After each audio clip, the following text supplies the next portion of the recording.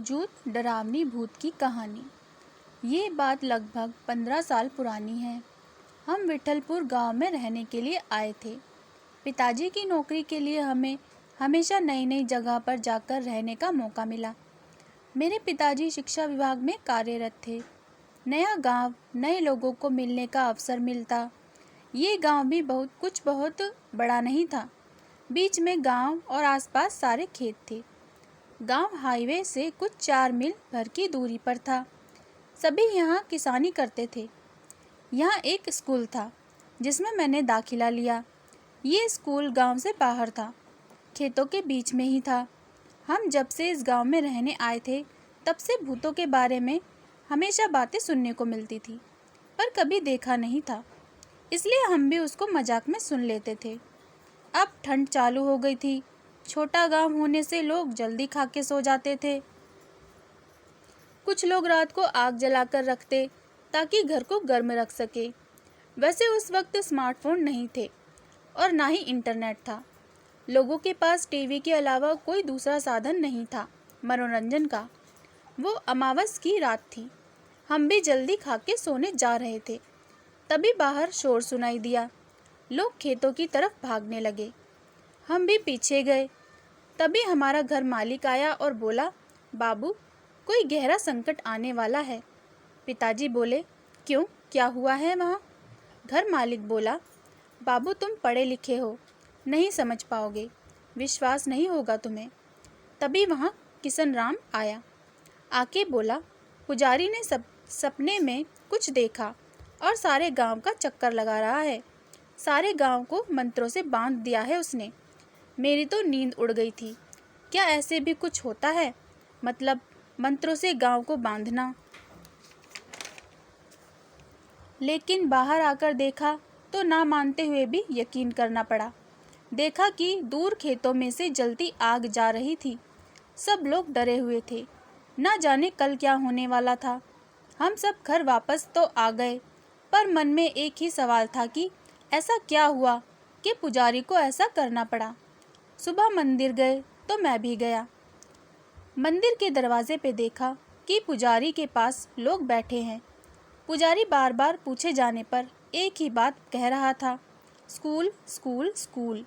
इसका क्या मतलब है? यही सवाल था सबका। लग रहा था कि पुजारी नहीं बचेगा। डॉक्टर को बुलाने को गया था, पर तब तक देर हो चुकी थी। पुजारी नहीं रहा। पुजारी का कोई सगा नहीं था, इसलिए सबने मिलकर उसका आखिरी संस्कार कर दिया। क्रियाक्रम करके सब घर वापस पहुँचे तो शाम हो चुकी थी। सबको एक ही सवाल खाया जा रहा था कि स्कूल का क्या मतलब है। जो पुजारी बोल रहा था, ये जो पुजारी था काफ़ी ज्ञानी था। लोगों की बीमारियां जड़ी बूटी से ठीक करता था, इसलिए पुजारी की बात सब मन पे ले रहे थे। उसने जो किया था गांव के भले के लिए किया था। दिन बीतते गए और पुरानी बातें भूल सब अपने काम में लग गए। गर्मी के दिन थे। हम सब शहर गए थे। मेरे छोटे भाई की तबीयत कुछ ठीक नहीं थी। बस स्टॉप पे रात को आखिरी बस आके रुक गई। हम लोग वहाँ उतरकर पैदल गांव तक जा चुके थे, पर आज बारिश हो रही थी, बिजली नहीं थी। पिताजी ने छोटी टॉर्च सामने पकड़ के मुझे, मेरी माँ को चलने को कहा। हम सब पिताजी के पीछे चल रहे थे। अमावस की रात थी और मुझे याद है जब पुजारी मरा था, वो भी अमावस की ही रात थी। कहते हैं कि अगर अमावस की रात और रात की कुछ घड़ियों का बहुत गहरा संबंध होता है।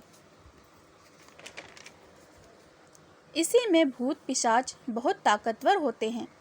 अपनी अधूरी इच्छा को पूरी करने वो निकल जाते हैं और उनके रास्ते में जो भी आड़े आता है उनको वो नुकसान पहुंचाते हैं।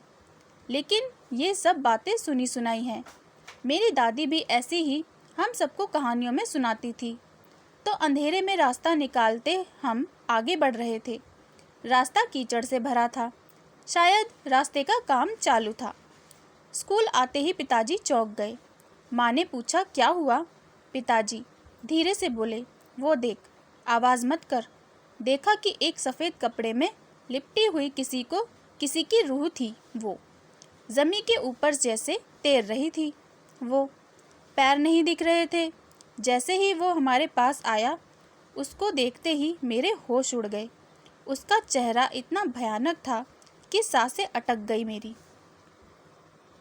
माँ पिताजी साथ में थे, इसलिए शायद मैं होश में था, वरना मैं तो मर ही गया था। लगा कि हम सब मरने वाले हैं।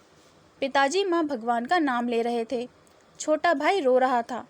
हम आगे जाने की कोशिश कर रहे थे कि यहाँ से जैसे तैसे भाग जाएं, पर जा नहीं पा रहे थे। हमको बांध दिया था वहाँ। हम सब चीख रहे थे, पर उस अंधेरे में हमारी सुनने वाला कोई नहीं था। आगे जैसे मौत दिख रही थी। थोड़ी देर में हमारी चीख भी निकलना बंद हो गई। अचानक सब शांत हो गया था और बिजली आ गई। रास्ते की बत्तियां जल चुकी थी। हम सबकी जान में जान आई। शायद भगवान ने हमारी सुन ली थी। वैसे ही वो आत्मा स्कूल की तरफ चली गई। हमने भगवान का शुक्रिया किया और वहाँ से गांव की तरफ चल दिए। गांव में पहुँचते ही सारी हकीकत घर मालिक को बताई। लोग भी जमा हुए थे। शायद हमारी मौत नहीं आई थी, इसलिए हम सब बच गए थे। भूतों के बारे में कोई बताए तो सब उन पे हंसते हैं, यकीन कोई नहीं करता। वैसा ही हाल हमारा था। जब हम सबको बता रहे थे तो कोई हंस रहा था, तो कोई हमको डरपोक कह के मन में मुस्कुरा रहा था। लेकिन जो हमारे साथ हुआ ये हम ही जानते हैं। अगले साल मेरे पिताजी का वहाँ से तबादला हुआ, पास के शहर में। हमने सामान बांधा। मेरे पुराने दोस्त मुझे अलविदा कहने आए। रोते हुए मैंने सबको अलविदा कहा।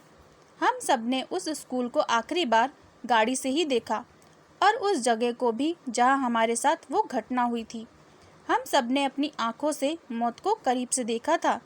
वो रात हम जब भी याद करते हैं तो रोंगटे खड़े हो जाते हैं।